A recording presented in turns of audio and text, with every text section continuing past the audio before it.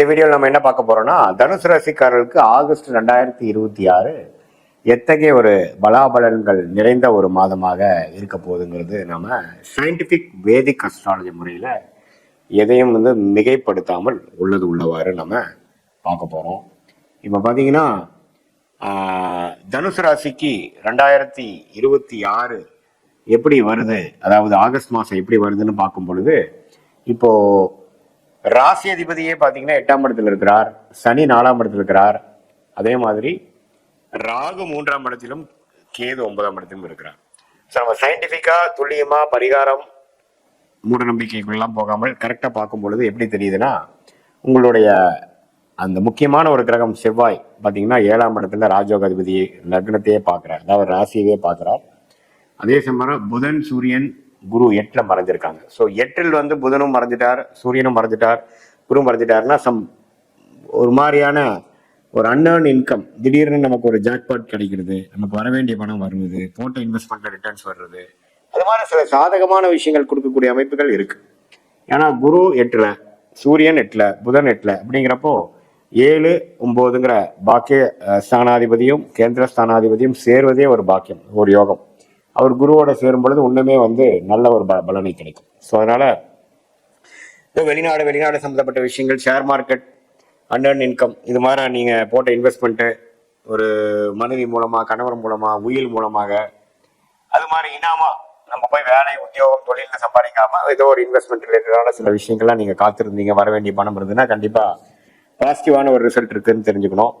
அதே சமயத்துல ராஜயோகாதிபதி செவ்வாய் 7ஆம் இடத்துலேருந்து ராசியை பார்க்கறதுனால அந்த 7ஆம் இடம்ங்கிற மனைவி ஸ்தானம், கணவர் ஸ்தானம், நண்பர்கள் ஸ்தானம், பங்குதார ஸ்தானத்துல கொஞ்சம் கேர்ஃபுல்லா இருக்கணும். நம்ம விவாதம் அதெல்லாம் பண்ணோம்னா கொஞ்சம் கருத்து வேறுபாடுகள், பிரச்சனைகள்லாம் வரக்கூடிய அமைப்புகள் இருக்கு. கொஞ்சம் பொறுமையா போய்க்கக்கூடிய அமைப்புகள் ரொம்ப நல்லது. அதே சமயத்துல சுக்கிரன் 10ஆம் இடத்துல இருக்கும் பொழுது வேலை தொழில் விஷயத்துக்கு நல்லது. ஆனா சனி செவ்வாய் பார்க்கும் இருக்கிறதுனால கண்டிப்பா தொழில்ல சில பிரச்சனைகள் வரக்கூடிய அமைப்புகள் வரலாம். ஏன்னா சுக்கிரனே தனுசு ராசிக்கு ஒரு சுமாரான கிரகம். அவர் செவ்வாய் சனி பார்வை பெற்று 10ல் வரும்பொழுது அந்த 6ஆம் வீட்டு அந்த வேலை, 8ஆம் வீட்டு வேலை உங்களுக்கு 10ஆம் இடங்கிற தொழில் ஸ்தானத்துல வரக்கூடிய அமைப்புகள் இருக்கு. அதனால தொழில் விஷயங்கள் கொஞ்சம் கேர்ஃபுல்லா இருங்க. மற்றபடி கூட்டு தொழில் அது மாதிரி விஷயத்துல இருக்கிறவங்களுக்கு நல்ல யோகம், தவறு இல்லை. ஸோ ஓவராலா பார்க்கும் பொழுது நல்ல மாற்றங்கள் நிறைந்ததாக இருக்கு. எது மாதிரி மாற்றம்னா, திடீர் பயணங்கள், திடீர்னு அப்படியே மாறுறது, இடம் மாறுறது, திடீர்னு நம்ம பொசிஷன் கொஞ்சம் பாசிட்டிவா போகுது, எதிர்பார்க்காத இடத்துல இருந்து சிலது நடக்கிறது, அது மாதிரி foreign connection, import export related, அது மாதிரி அவுட்டர் சர்க்கிள்ல இருந்து நமக்கு சில பெனிஃபிட்ஸ் வர்றது, இதெல்லாம் சாதகமான ஒரு அமைப்பாக நம்ம தனுசு ராசிக்காரர்களுக்கு ஆகஸ்ட் 2026 இது மாதிரி நேரடியாக போய் நீங்க எவ்வளவு கஷ்டப்பட்டு எவ்வளவு பண்ணாலும் இன்டைரக்டா வரக்கூடிய அமைப்புகள் கொஞ்சம் சாதகமாக இருக்கு. தொழில் அமைப்புல கொஞ்சம் கேர்ஃபுல்லா இருக்குங்க. ஹெல்த் ரொம்ப கேர்ஃபுல்லா இருங்க. ஏன்னா 6ஆம் வீட்டு அதிபதியே சனி செவ்வாய் பாதிப்பு இருக்கிறதுனால உடல் உபாதைகளுக்கு கொஞ்சம் கேர்ஃபுல்லா ட்ரீட்மெண்ட் எடுங்க. அது அப்புறம் பார்த்துக்கலாம். அப்படி பண்ணாம கொஞ்சம் இறங்கணும், பார்த்தோமா பண்ணோமா அப்படிங்கிற மாதிரி கொஞ்சம் சுறுசுறுப்பாக, அப்புறம் நம்ம எந்திலுமே பெரிய கவனத்தை போடாமல், அஜாக்கிரதையாக இல்லாமல் கொஞ்சம் கவனமாக இருக்கணும்னு நினைக்கிறேன். ஏன்னா 6ஆம் இடம் என்று சொல்லப்படுகிற அந்த சுக்கிரனோட வீடு பாதிக்கப்பட்டிருக்கு. ஸோ அதனால சனியின் பார்வையும் அவர் பெறுகிறார். அப்படிங்கிறதுனால மெயினான தனுசு ராசிக்காரங்கள் உடல் உபாதைகள் கொஞ்சம் பார்த்துக்குங்க, கேர்ஃபுல்லா இருங்க, டோன்ட் டேக் இட் ஈஸி. மற்றபடி பார்த்தீங்கன்னா நான் சொன்ன மாதிரி திடீர் லாபங்கள் அது மாதிரி விஷயங்கள்லாம் இருக்கு, மனைவி மூலமாக இருக்கு, வெளிநாடு போகக்கூடிய அமைப்புகள் இருக்கு. அது மாதிரி விஷயங்கள்லாம் கொஞ்சம் நீங்க பண்ணியிருந்தீங்கன்னா அது கொஞ்சம் ஃபோக்கஸ் பண்ணுங்க, நல்ல பெனிஃபிட்ஸ் வரும். அதே சமயத்துல திருமண விஷயத்தை எதிர்பார்க்குறவங்களுக்கு திருமணம் ஆகக்கூடிய அமைப்புகள் இருக்கு. திருமணம் ஆனதுக்கு அப்புறம் வெளியூர் போகக்கூடிய அமைப்புகள் இருக்கு. குழந்தை பேர் எதிர்பார்க்குறவங்க குழந்தை பேர் வரக்கூடிய அமைப்புகள் இருக்கு. இது மாதிரி சில பாசிட்டிவான அமைப்புகள் நிறைந்த ஒரு மாதமாக ஆகஸ்ட் 2026 தனுசு ராசிக்காரர்களுக்கு அந்த குருவோட சேரக்கூடிய புதன், சூரியன், அதே மாதிரி ராஜயோகாதிபதி செவ்வாய் ராசியை பார்க்கறது, இது எல்லாமே ஒரு அற்புதமான ஒரு காலகட்டங்கள். அதை நீங்க கண்டிப்பா யூஸ் பண்ணிக்கணும்.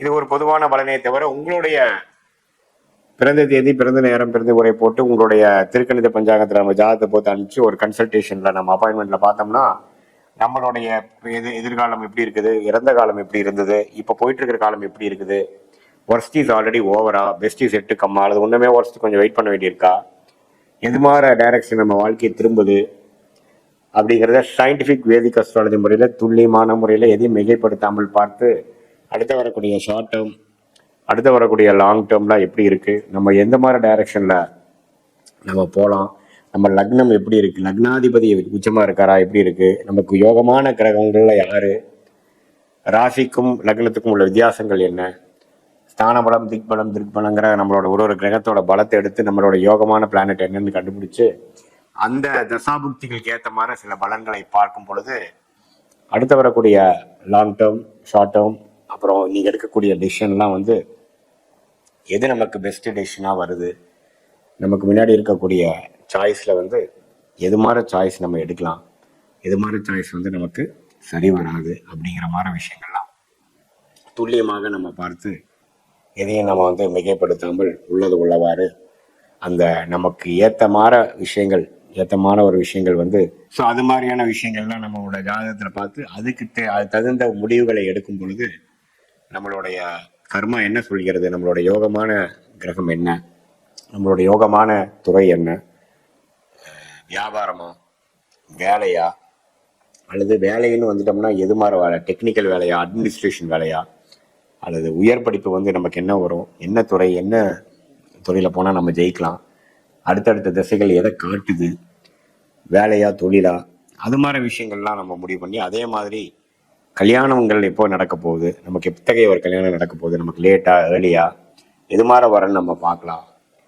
குழந்தை பேர் எப்படி இருக்குது, நம்மளுடைய அடுத்த வரக்கூடிய வம்சாவளிகள் எப்படி நம்ம பண்ண போகிறோம், பிளான் பண்ண போகிறோம், எப்போ நம்ம ரிட்டையர் ஆக போகிறோம், எப்போ நமக்கு கடன் அடைய போகுது, எப்போ நம்ம வம்பு வழக்கு பிரச்சனையிலேருந்து வர போகிறோம், எப்போ நம்ம செட்டில் ஆக போகிறோம், எப்போ நம்ம வெளிநாட்டில் இருந்தோம்னா வெளிநாட்டிலேருந்து எப்போ நம்ம உள்நாட்டுக்கு வர போகிறோம், அது மாதிரி அமைப்புகள் இருக்கா, அல்லது வெளிநாட்டிலே நம்ம வாழ போகிறோமா, எது மாதிரி ஒரு அமைப்பு நம்ம ஜாதகத்தில் இருக்குது அப்படிங்கிறதெல்லாம் சயின்டிஃபிக் வேதிக் அஸ்ட்ராலஜி முறையில் எந்த விதத்தையும் மிகைப்படுத்தாமல் உள்ளது உள்ளவாறு நம்ம பார்க்கும் பொழுது கண்டிப்பாக வந்து அடுத்து வரக்கூடிய காலகட்டங்கள் அதுக்கு தகுந்த மாதிரி ஒரு முடிவுகளை எடுத்து அதுக்கு தகுந்த மாதிரி வாழ்க்கை சம்பவங்களை நீங்களே அமைச்சுக்கலாம். அதாவது எது மாதிரி விஷயங்கள் எப்போ நடக்குங்கிறது தெரிஞ்சால் அதுக்கு தகுந்த மாதிரி நீங்கள் டைம் லைன்ஸ்க்காக வெயிட் பண்ணுறது. சில நேரத்தில் பார்த்தீங்கன்னா எவ்வளோ தூரம் நம்ம முயற்சி பண்ணாலும் ஒன்றும் நடக்காது சரியா.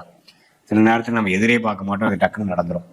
ஸோ அது மாதிரி இந்த காலகட்டங்களை பொறுத்து தான் நம்மளோட மனித வாழ்க்கையே நடந்து கொண்டு இருக்கிறனால அந்த காலகட்டங்களை ஒரு அளவுக்கு நம்ம தெரிந்து கொண்டேனால் தேவையற்ற மாதிரி ஒரு ஃப்ரஸ்ட்ரேட் ஆகிறது, ரொம்ப டென்ஷன் ஆகிறது, ஸ்ட்ரெஸ் ஆகிறது, அது மாதிரி விஷயங்களை நாம் தவிர்த்து சயின்டிஃபிக் வேதிக் அஸ்ட்ராலஜி மூலமாக நல்ல ஒரு கிளாரிட்டி பெற்று வாழ்க்கையில் முன்னேற முடியும் என்று சொல்ல விரும்புகிறேன்.